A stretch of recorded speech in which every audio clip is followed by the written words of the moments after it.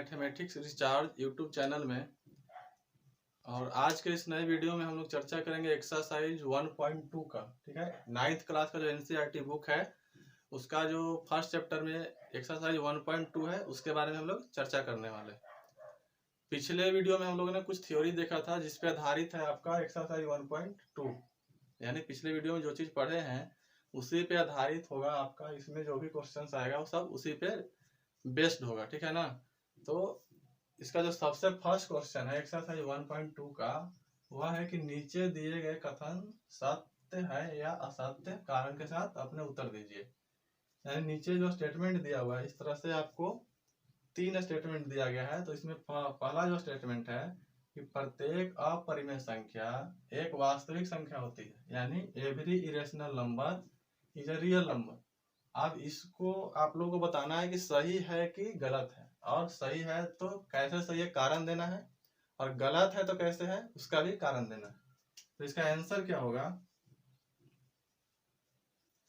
कह रहा है कि प्रत्येक अपरिमेय संख्या यानी जितना भी इरेशनल नंबर है, इरेशनल नंबर और रियल नंबर दोनों को हमने बताया था पिछले वीडियो में। ठीक है, इसके जो पहले वाला वीडियो है उसमें हम लोगों ने इरेशनल नंबर और रियल नंबर दोनों को देखा था।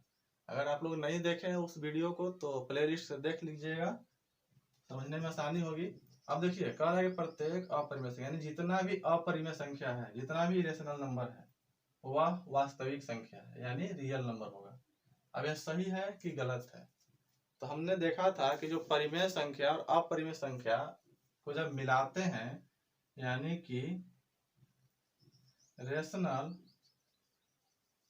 और प्लस करेंगे इरेशनल,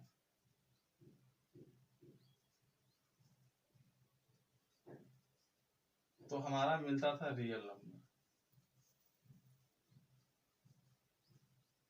यानी कि परिमेय और अपरिमेय मिला के बनता है वास्तविक संख्या। इसको इस तरह से समझिएगा कि मान लीजिए एक बॉक्स में कुछ चीज रखा हुआ है, कुछ नंबर्स है, ठीक है, जो कि रेशनल है। क्या है? रेशनल है, परिमेय है। रेशनल यानी परिमेय होता है और इरेशनल यानी अपरिमेय। अब दूसरा जो बॉक्स है इसमें कुछ नंबर्स रखा हुआ है जो है इरेशनल। क्या है? इरेशनल। तो अब जब दोनों को मिला देंगे यानी इन दोनों बॉक्स को मिलाएंगे तो जो हमारा नया वाला बॉक्स बनेगा, दोनों को प्लस करने पे जो नया वाला इन दोनों को आपस में मिला देंगे तो जो नया बॉक्स बनेगा उसमें जो नंबर रहेगा, ठीक है ना, वो क्या हो जाएगा, रियल नहीं, रेशनल और इरेशनल दोनों आ जाएगा इस तरह से। तो इसको हम लोगों ने नाम दिया है रियल नंबर। इसको क्या बोलेंगे? रियल नंबर, यानी कि वास्तविक संख्या।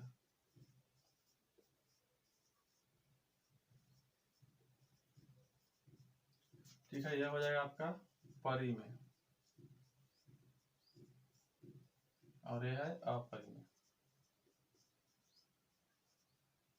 अपरिमेय संख्या का पूरा सेट है, ठीक है, जितना भी अपरिमेय संख्या है सबके सब इसी में है, और जितना भी परिमेय संख्या है वो सबके सब इस बॉक्स में है। अब दोनों को मिला करके जो बना वो रियल नंबर वास्तविक संख्या बना जो इस बॉक्स में है। तो अब यहाँ पे बताइए कि प्रत्येक अपरिमेय संख्या यानी इसमें से कोई भी आप इरेशनल नंबर उठाइए तो क्या वह वास्तविक संख्या होगी, यानी कि वह रियल नंबर होगा। इसमें से कोई सा भी अगर उठाएंगे तो वह रियल नंबर होगा, क्योंकि इन दोनों को मिलाकर के ही हमने ये वाला बॉक्स बनाया है। तो इसका जो सारा नंबर है इसमें है, तो इसलिए हम लोग बोलेंगे कि यह जो कथन है वह सही है। क्या है? सही है। इसको हम लोग लिखेंगे यहाँ पे सत्य। क्या लिखेंगे? सत्य। इसका जो आंसर होगा हो जाएगा सत्य, यानी कि ट्रू।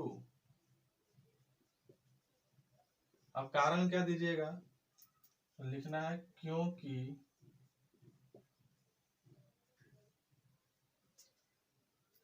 रियल नंबर यानी वास्तविक संख्या जो है वास्तविक संख्या सभी परिमेय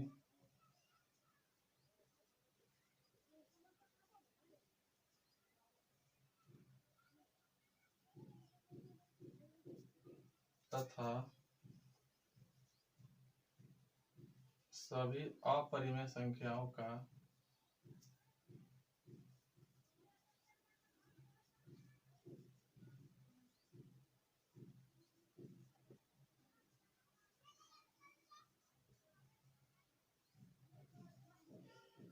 समूह है। ठीक है, इंग्लिश में लिखेंगे इसको, because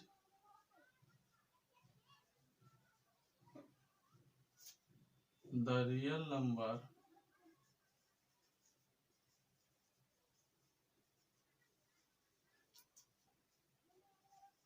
is a group of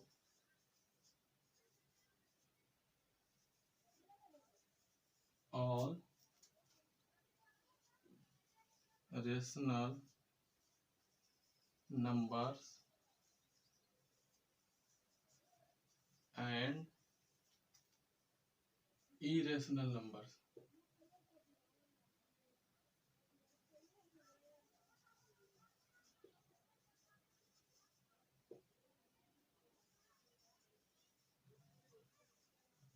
ठीक है, इसका यही आंसर हो जाएगा, ये सत्य है और इसका जो कारण है वह यही है स्टेटमेंट। अब इसका जो सेकंड क्वेश्चन है फर्स्ट का, चलते हैं उसके तरफ। उसमें कह रहा है कि प्रत्येक संख्या रेखा का प्रत्येक बिंदु, सेकंड क्वेश्चन को लिखेंगे पहले, संख्या रेखा का प्रत्येक बिंदु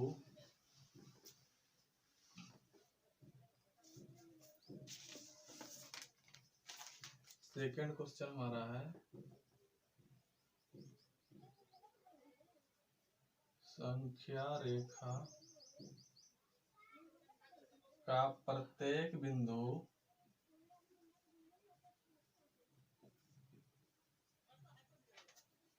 रूट एम के रूप का होता है। रूट एम के रूप का होता है, जहां एम क्या है, तो एम एक प्राकृत संख्या है, एम एक प्राकृत संख्या है, यानी कि every point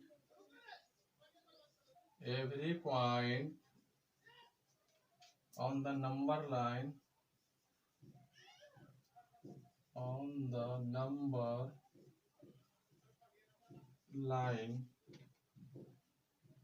is of the form root m, where जहां m क्या है, where m is a natural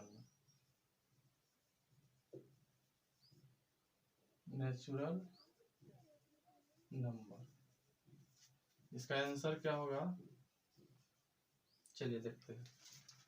कह रहा है कि जितना भी नंबर है नंबर लाइन पे, यानी नंबर लाइन पे जो भी पॉइंट होता है उसके प्रत्येक बिंदु को हम लोग रूट एम के रूप में लिख सकते हैं। कहने का मतलब है कि अगर नंबर लाइन पे मान लीजिए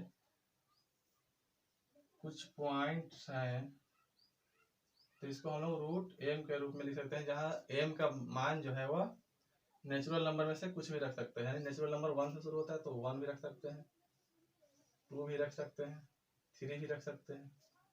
तो ठीक है, अगर हम लोग m का मान नेचुरल नंबर रख रहे हैं तो रूट 1 रूट 2 रूट 3 तो कहीं ना कहीं मिलेगा। ठीक है, लेकिन जीरो को हम लोग कैसे निकालेंगे, जीरो तो नेचुरल नंबर नहीं है हमारा, जीरो क्या है, जीरो होल नंबर है। और नंबर लाइन पे जीरो भी होता है, नंबर लाइन पे क्या होता है, जीरो भी होता है, और इधर में कुछ निगेटिव संख्याएं भी होती है, निगेटिव नंबर्स भी होता है। तो इसको कैसे निकालेंगे, नेचुरल नंबर में एम के लिए हमको नेचुरल नंबर रखना है, यानी कि 1 से लेकर के इन्फिनिटिव तक। लेकिन अगर हम लोग को इधर कुछ दिखाना हो तो इधर तो जो आएगा वो इस तरह से आएगा। तो इसको जो हम लोग दिखाएंगे, यानी कि जो एम है वो अगर नेचुरल नंबर आ रहा है तो नेचुरल नंबर के लिए इधर का संख्या है तो नहीं आ रहा है, लेकिन यहाँ पे क्या कर रहा था, प्रत्येक बिंदु रूट एम के फॉर्म में होगा। रूट एम के फॉर्म में है, लेकिन एम जो है वह नेचुरल नंबर नहीं है। यहाँ पे यह नेचुरल नंबर नहीं है। या जीरो को भी ले लीजिए तो जीरो भी क्या है, नेचुरल नंबर नहीं है। तो इसका मतलब कि यह कथन जो है वह गलत है। यह कथन क्या हो जाएगा, असत्य यानी कि फॉल्स। यह हो जाएगा असत्य यानी फॉल्स। क्यों?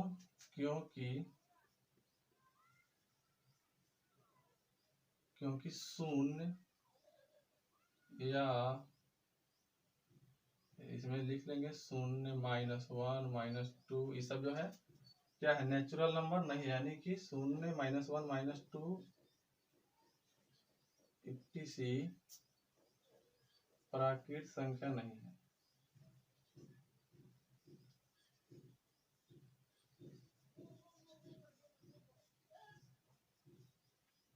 यानी कि बिकॉज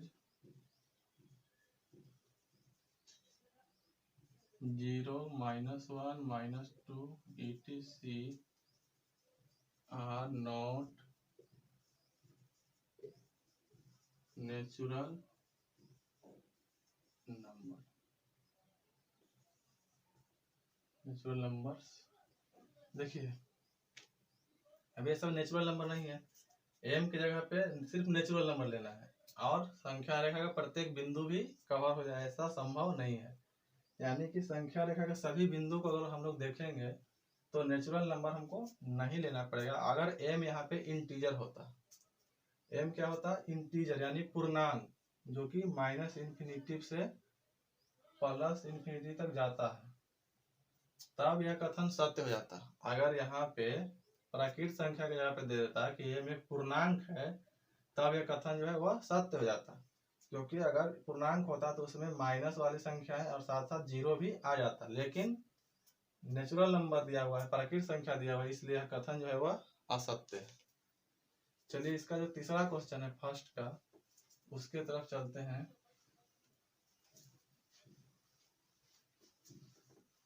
जो तीसरा क्वेश्चन है फर्स्ट का वह है कि प्रत्येक वास्तविक संख्या एक अपरिमेय संख्या होती है। प्रत्येक वास्तविक संख्या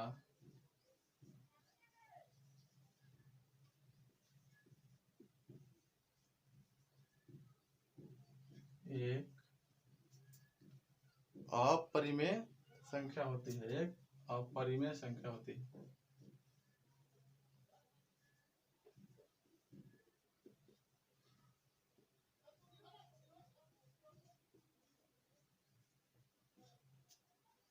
यानी कि every real number is an irrational number. अब यह सही है कि गलत है, चलिए देखते हैं। पहले देखेंगे वास्तविक संख्या। तो वास्तविक संख्या क्या था, अभी हम लोगों ने देखा था कि परिमेय और अपरिमेय दोनों को मिलाने के बाद बनता था हमारा वास्तविक संख्या। तो सभी वास्तविक संख्या अपरिमेय हो जाए यह संभव नहीं है, क्योंकि जो बॉक्स है रियल नंबर का, इसमें क्या है, रेशनल और इरेशनल दोनों है। यानी कि जो रियल नंबर का बॉक्स था उसमें रेशनल और इरेशनल दोनों था। इस तरह से ये हो गया आपका रियल नंबर का बॉक्स। तो इसमें आपको कुछ क्या था, रेशनल था और कुछ इरेशनल भी था। ठीक है। अब इसमें कह रहा है कि प्रत्येक वास्तविक यानी कोई भी संख्या उठा लेंगे। मान लीजिए कि रेड वाला जो है, रेड कलर से जो है वो रेशनल है और ब्लैक वाला इरेशनल।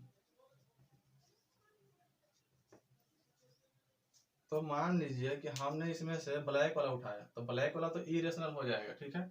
लेकिन अगर रेड वाला उठा रहे हैं, यानी रियल नंबर से वास्तविक संख्या में से हमने रेड कलर का कोई नंबर उठाया जो कि क्या है, रेशनल है, तो वह तो इरेशनल नहीं होगा, इसलिए जो कथन है वह गलत है, यानी यह जो कथन है वह असत्य हो जाएगा, असत्य। ऐसे भी जो रियल नंबर का ग्रुप है वह अपरिमेय संख्या से बड़ा होता है, यानी सभी अपरिमेय संख्या इसमें आ जाएगा, लेकिन इसका सभी के सभी संख्या इसमें नहीं आ पाएगा, ये हो जाएगा आपका फॉल्स। अब इसमें कारण क्या दीजिएगा बताइए। तो क्या करेंगे, वास्तविक संख्या में से कोई भी एक अपरिमेय संख्या ले लेते हैं, मान लीजिए कि 2, ठीक है, क्योंकि 2, 5, 10 कुछ भी ले लीजिए, ठीक है, 2/3, 3/4 कुछ भी, जो क्या होना चाहिए, परिमेय होना चाहिए। तो परिमेय संख्या तो वास्तविक होता ही है, क्योंकि दोनों मिलकर ही वास्तविक बना है, परिमेय और अपरिमेय। तो मान लीजिए हमने लिया 5, क्योंकि 5 एक वास्तविक संख्या है, वास्तविक संख्या है, लेकिन यह अपरिमेय संख्या नहीं है। 5 क्या है, परिमेय है, अपरिमेय नहीं है, यह अपरिमेय नहीं है। इसको इंग्लिश में लिखेंगे, because 5 is a real number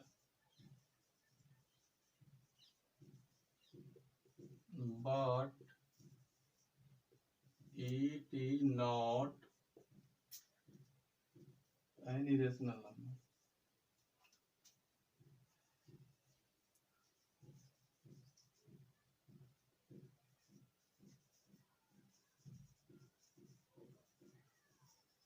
ठीक है, यही इसका कारण हो गया। तो फर्स्ट क्वेश्चन हो चुका है, अब हम लोग देखेंगे सेकंड क्वेश्चन की तरफ। चलिए चलते हैं सेकंड क्वेश्चन।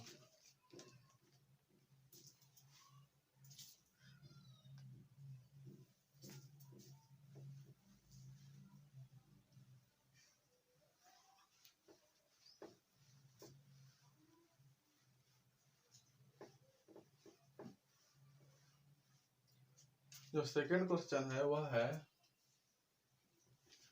क्या सभी धनात्मक पूर्णांकों के वर्गमूल अपरिमेय होते हैं। ठीक है, क्वेश्चन ही सिर्फ लंबा है, आंसर तो इसका सब छोटा छोटा है। ठीक है, क्या सभी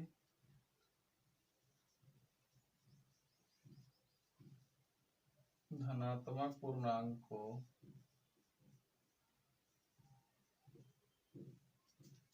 के वर्गमूल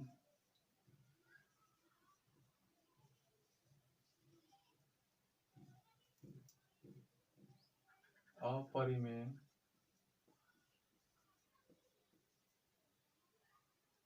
होते हैं। यदि नहीं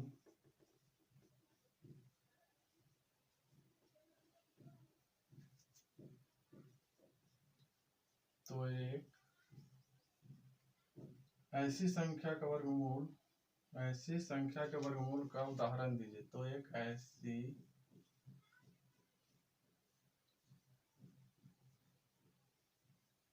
संख्या के वर्गमूल का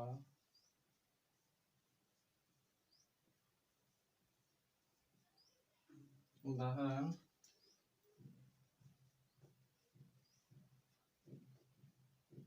दीजिए जो एक परिमेय संख्या है।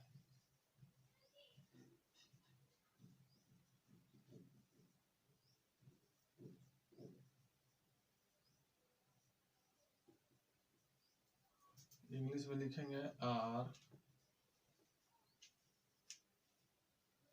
The square roots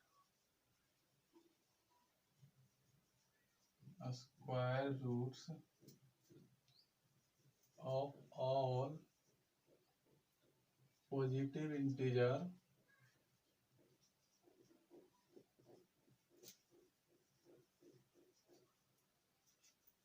irrational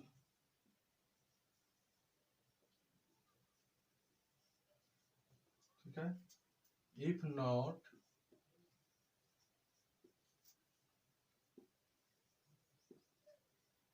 give an example of square root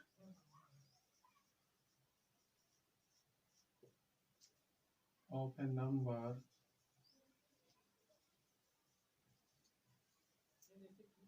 that is a rational number, rational number ठीक है। इसको देखते हैं।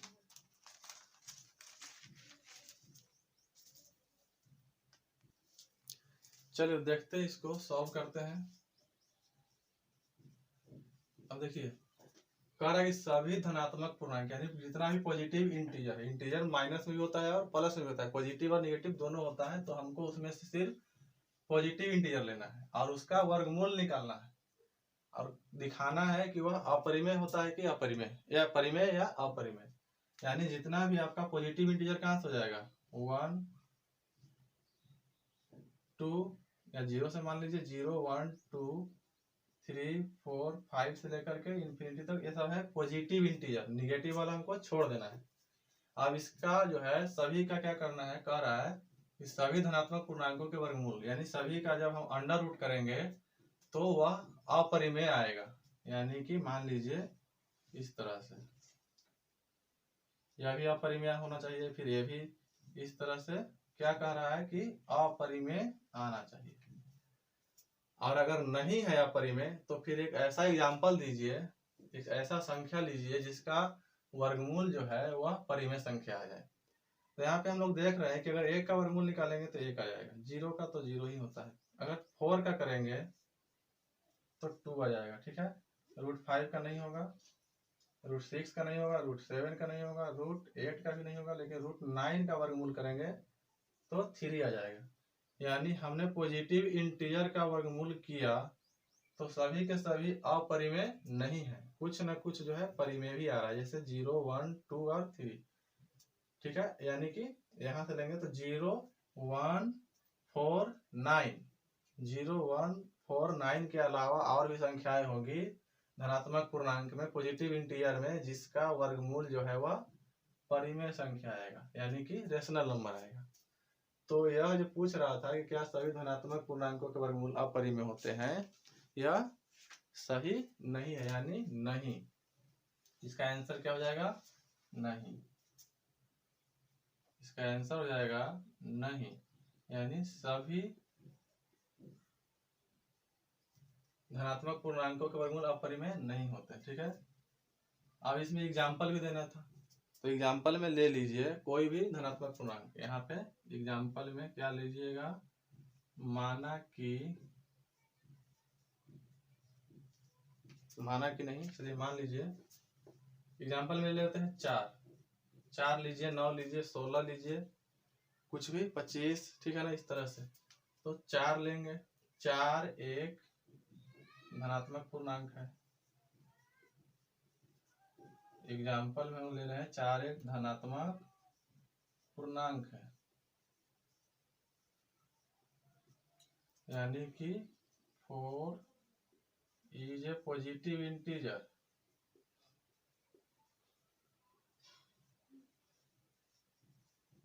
अब पॉजिटिव इंटीजर है तो इसका क्या करना है, वर्गमूल निकालना है, यानी 4 का वर्गमूल क्या हो जाएगा, इधर लिखेंगे स्क्वायर रूट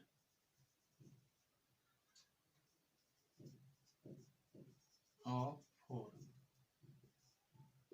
√4 हो जाएगा, √4। ठीक है, दोनों में लिखना जरूरी नहीं है। तो इसका जो मान आ जाएगा √4 का हो जाएगा 2। क्या आ गया, 2, जो कि एक परिमेय संख्या है। तो एग्जाम्पल में यही हो रहा था कि परिमेय संख्या आना चाहिए, एक ऐसा एग्जाम्पल लेकर के दिखा दीजिए। तो यहाँ पे आया 2, तो यहाँ पे लिखेंगे कि 4 का वर्गमूल 2 है, जो एक परिमेय संख्या है, जो एक परिमेय संख्या है, यानी कि square root of 4 is 2, which is a rational number.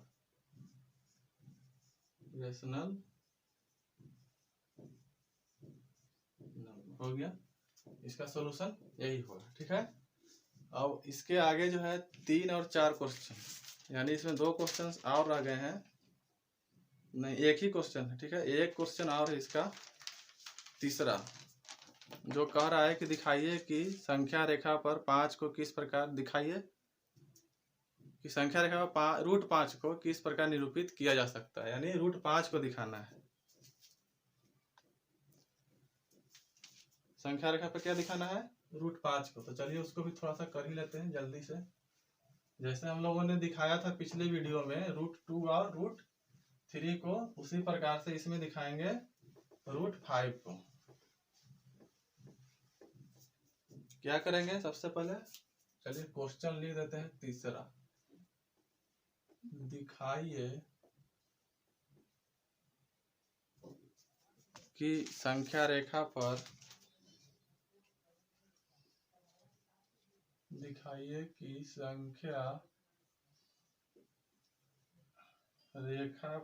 पर रूट 5 को किस प्रकार निरूपित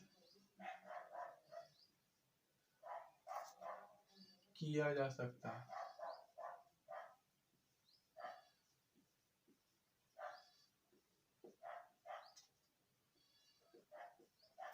यानी so that root 5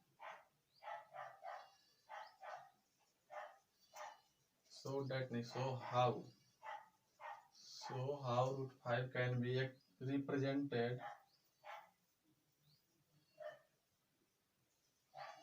on number line।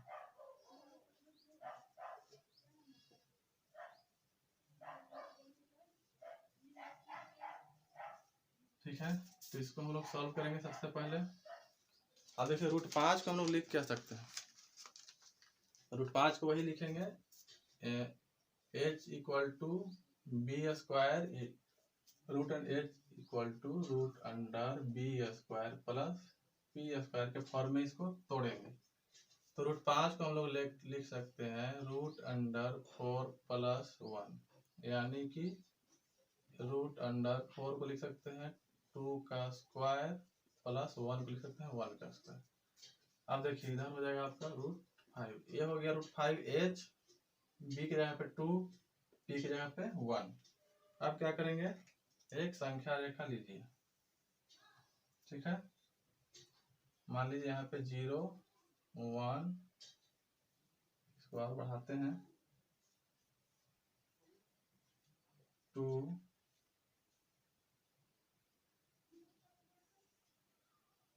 3, इधर में हो जाएगा -1 और -2। अब इसको हम लोग बेस को 2 ले लेंगे।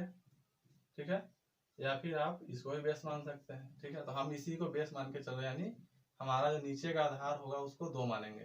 तो इस पे हम 0 से 2 तक, 0 से कहाँ तक 2 तक, यहाँ से पहले यहाँ तक एक ये हमने ले लिया बेस।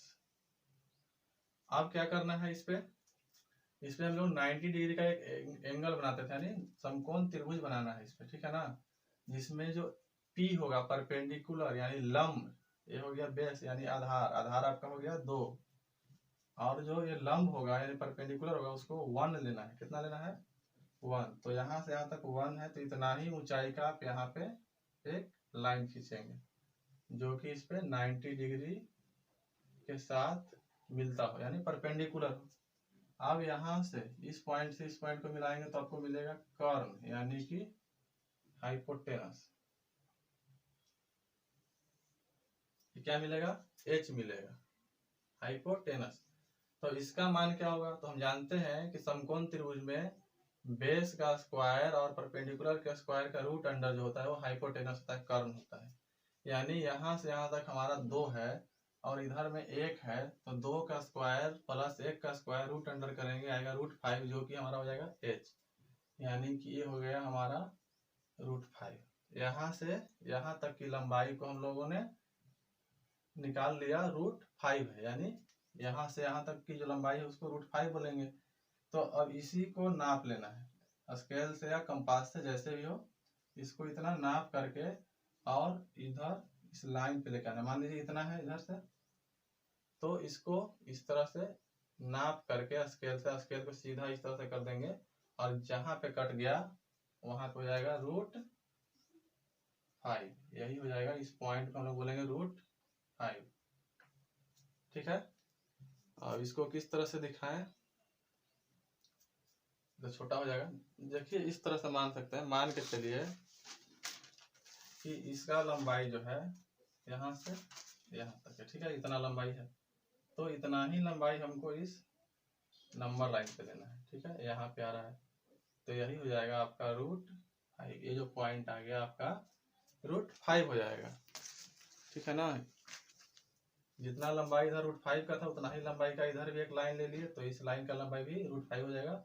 इसलिए जो पॉइंट हो जाएगा इसको हम लोग बोल देंगे √5। ठीक है, इसको हम लोगों ने दिखा दिया। तो जो एक्सरसाइज 1.2 था वह कंप्लीट हो गया है। और कल जो होगा यानी नेक्स्ट जो वीडियो होगा उसमें हम लोग इसके आगे कुछ देखेंगे और कुछ इसमें पढ़ना है थ्योरी, जिसको हम लोग नेक्स्ट वीडियो में देखेंगे।